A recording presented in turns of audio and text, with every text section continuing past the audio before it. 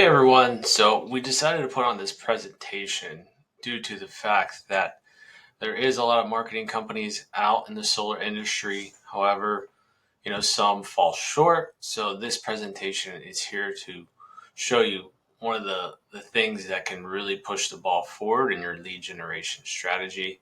And you can mention these aspects to the marketing company you're with right now. So let's go ahead and get into it. So just the agenda, we're going to go over the Pixel, the conversion API, comment management, self-book discovery calls, texting first before calling. And then let's go ahead and get into it and make it super impactful and informative for you. So with lead generation about 6-7 years ago, it was not saturated whatsoever. You maybe had 4 or 5 vendors that you could go to, and everyone would go to those same vendors. Now you're seeing, I would say, at least 20 or 30 that get mentioned through our discovery calls with clients, some that we never even heard of. So it's becoming similar to the solar industry, where people are just opening up solar marketing companies and solar companies.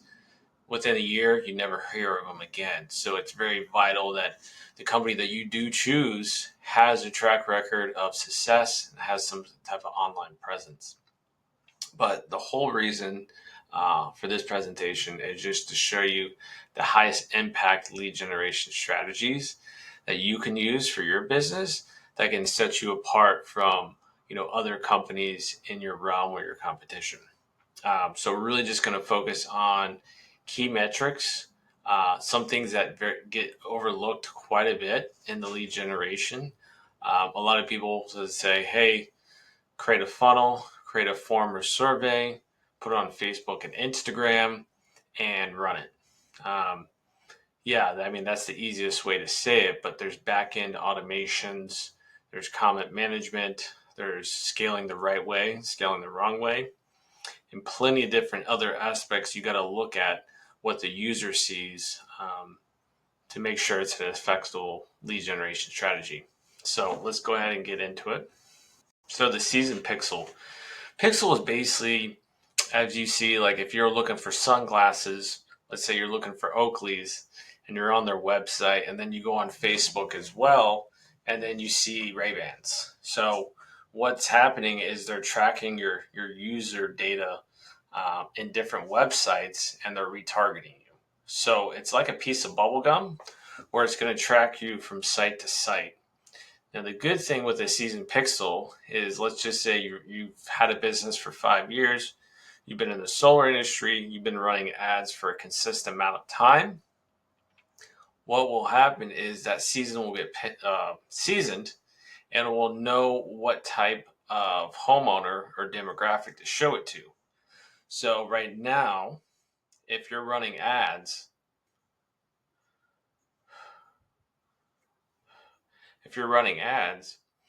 it will know what type of person to show that to. It's not going to show it to a 25-year-old that's interested in trucks. It's going to show it to a homeowner or a group of individuals that have maybe a house, a mortgage, just recently got married, and they're going to show that to them. So that's why you see a lot of struggling marketing companies that just start out. They can't really get good results because they don't have that seasoned pixel. The same thing goes for solar companies as well. When they first start marketing, they don't have that seasoned pixel to know that key demographic to where that ad needs to be shown. So it just really improves overall relevance to who you're going to show. You get better conversions and you get better tracking. The conversion API.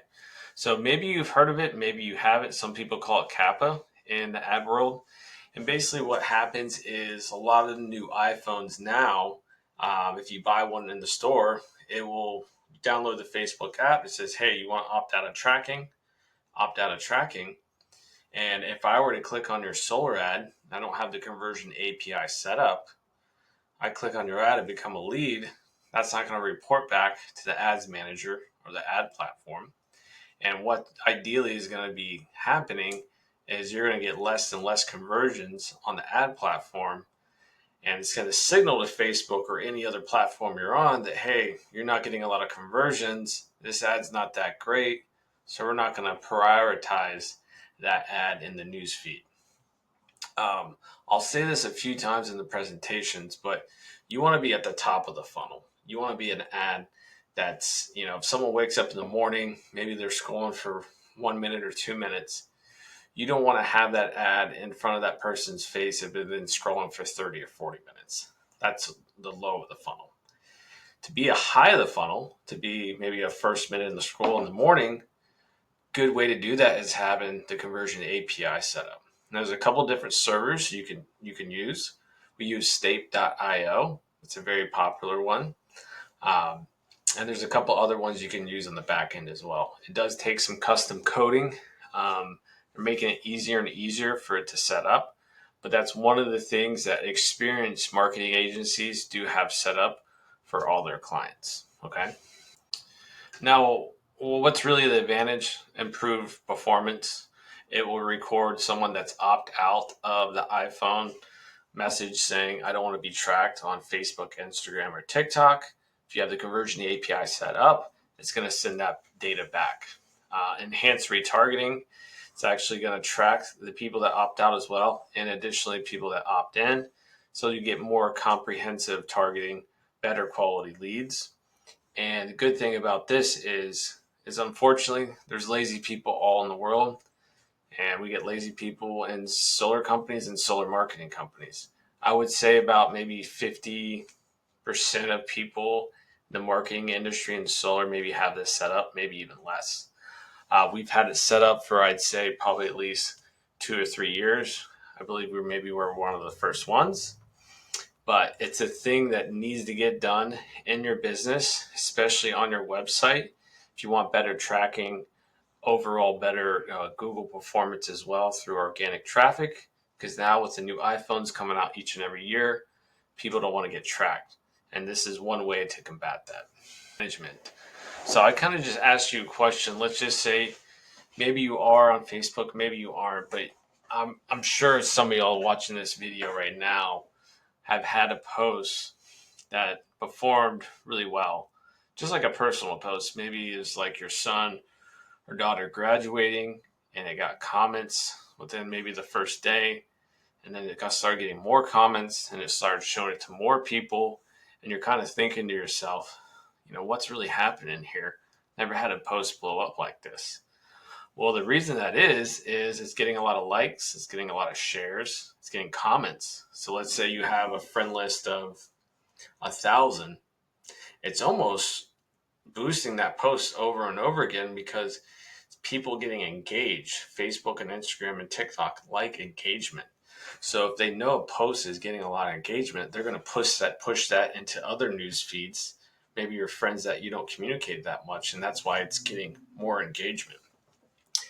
And vice versa. So if you put a post out, doesn't get much likes or comments, it's not going to show it to many people. So that's why comment management is so important in ads, but a lot of people don't look at that way. They'll run an ad maybe for a few weeks, a few months. You can look at the ad. People are responding, oh, solar is a scam. No one will respond to it. And that's your way as a virtual sales pitch to actually comment to your customers or maybe even potential leads that, hey, it's not a scam. Look at this report. Look at energy bills that we've had in the past. This is your way to prove to the audience when you're actually promoting an ad to let them know, hey, this is real stuff. This is a PPA. This is a loan. Showing them that solar is a key way to save money.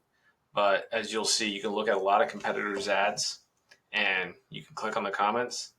And I would say 80 to 90% of companies are not responding to ads. And they're losing a lot of money of doing that because the more comments, the more engagement, it's going to perform better. You have an ad that has 50 likes and you have an ad that's got 400 likes and 150 comments that you're replying to, that one's going to outperform that other ad night and day. So just think about that. and make sure that you're really commenting on each ad that you see. And then in our training, we'll actually show you how to do it the proper way. So self-book discovery calls. There's a funny thing that's going on in the world right now where a lot of people are actually self-booking. Because if they know they don't self-book, they're going to get called 3 times a day. They're going to get a lot of text messages, and they just don't want to get called by numbers they don't know. So they're self-booking, which is great because now they have a scheduled call. They know what's it about. They got a lot going on at work. You're not calling them in the middle of the day. So that's one of the keys that everyone needs to transition to is getting the lead to self-book, because self-book phone calls are the best leads in the world. They made the time to fill out the form, and they made a time to schedule a call with you. So it reduces a lot of friction with scheduling issues. Because let's just say you're buying leads for someone in just leads. They don't give them an option to self-book. You're calling them 3 times a day. Finally get them on the phone. They're frustrated because they probably remember your number, but you keep calling, and it just opens up a report of why you calling, you're annoying, and you're desperate. So you want to opt in for self-booked calls as much as possible. Now, texting first. We see that our most unsuccessful clients will actually call the lead first and then text. You don't want to do that. The most successful clients, and what we preach, is texting first, multiple choice questions. And the only reason you want to ask a multiple choice question is it's easy for them to respond. You're not asking an open-ended question. Hey, Bill, thanks for your interest in solar. I'm curious, what got you interested in solar for? It's very open-ended. You have to make them think. So we have multiple choice questions that we put in our automation to get a high response rate. And what we're really doing is we're trying to get 3 responses. Once we get 3 responses, psychologically in that lead, they're programmed to respond again. And that's when you go in for the appointment. If they don't want to go for an appointment, you actually try to give them a call. But if you're texting long paragraphs to a lead that sent you a short text message, 9 out of 10 times you're going to get ghosted. So we have proven text messages that get a high response rate. In this day and age, just like if you were to meet someone at a coffee shop that's in solar, you're going to text them first, and then you might engage with them. You're never just going to call the person first. Okay, so it's a new way to communicate. See a lot of unsuccessful reps think, hey, calling a lead 3-4 times a day is a good way to nurture a lead. It's the best way to get ghosted and get blocked and be put on the DNC list. So summaries, it's really just a season pixel. Make sure that if you do market, that you've been running that ad for a while, you're at least getting 50 conversions a week. The conversion API is back-end server-side tracking. Make sure that if someone gets the new iPhones or they have a new updated phone, they're opting out of tracking. With the conversion API, put it on the back end, and you can record that lead for better targeting and better quality leads. Comment management.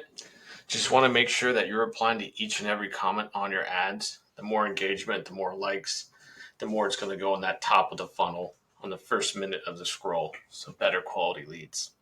Self-book calls, you got to give an option to book a call with you, because again, a lot of people don't want to get called throughout the day, so they're self-booking. And then texting with multiple choice questions, best way to get a response, and then you can open it up to more detailed text messages. But these are the strategies that power the best way to convert leads. Maybe a lot of people don't talk about this in other demos. However, times are changing, so you really got to get used to nurturing leads in the way they want to get nurtured. But yeah, if you have any questions, you can go ahead and go to these websites here. You can call us, email us as well. You can book a demo. But thanks for listening in and visiting our website, and we'll talk to you soon. Take care.